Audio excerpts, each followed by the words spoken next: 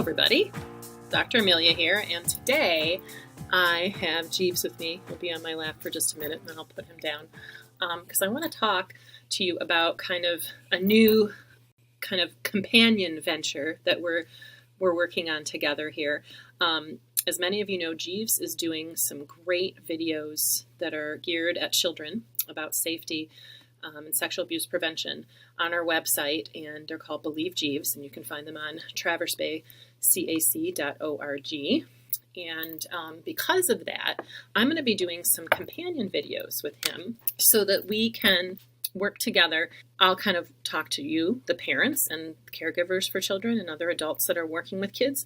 And Jeeves will be working with the kids and talking to them. And hopefully you can watch the videos together with the kids in your life to be able to talk about some of these things. And so the first piece that we're going to be working on together is about identifying safe adults in children's lives, besides the caregivers and the parents that are in their life, for kids to go to and bring up areas of concern if they're worried or scared about anything. And I think the biggest issue is we want children to develop relationships with other safe adults in their lives in places especially that they may not be able to access you guys.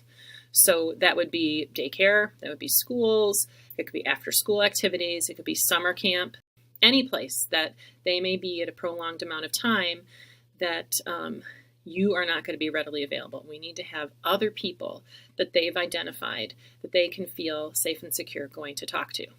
And so Jeeves has a video out that I hope that you will watch with the kids in your life. And there are some wonderful handouts that we have now for companions to all of the videos that Jeeves is going to be doing, handouts for parents and for kids to look at, to work together on these issues and promote safety and security. So when we talk about identifying safe adults in a child's life, we need to kind of have these good conversations with kids about who at school, for example, or at daycare, is there a particular teacher, an adult that they feel pretty safe with, who they know respects their boundaries and who will listen to them if they need to talk, and start having those conversations with your child to identify what we talk about are 5 people. And we use our fingers on one of our hands to identify those people so that the child can really look at this and say, okay, well, my 5 people are, and you can be included in those 5 people. We just want to identify some other people as well. So it could be my mom, my dad, Mrs. Smith, my kindergarten teacher, my the person in after school. There's a parent there that I really like. I think her name is Linda, so you'd have to check that out. And maybe somebody at summer camp, maybe a counselor at summer camp. And so these 5 people you want to review with your child, I would say every few months, to make sure they're accurate and updated, and talk about the process with them too, about how do we identify who's a good person to pick as a safe adult? Well, we need to pick people that are around a lot so that we can talk to them if something comes up. So somebody that they may not see very often, even if they really like them, may not be the best person to pick. We want to pick people who we feel are going to listen to us and hear what we have to say. And we also talk to kids about, well, everybody has an off day. So let's say you go talk to Mrs. Smith and you tell her something that's upsetting to you that happened, and you need her to hear you, and she might be really busy, and she may not really be, you're thinking she's not listening to you. Then who is next on the list? Who do we go to then if she's not able? And to keep telling people until you feel you're believed and someone's listening to you. So those are kind of the important things to work through with your child and identify with them.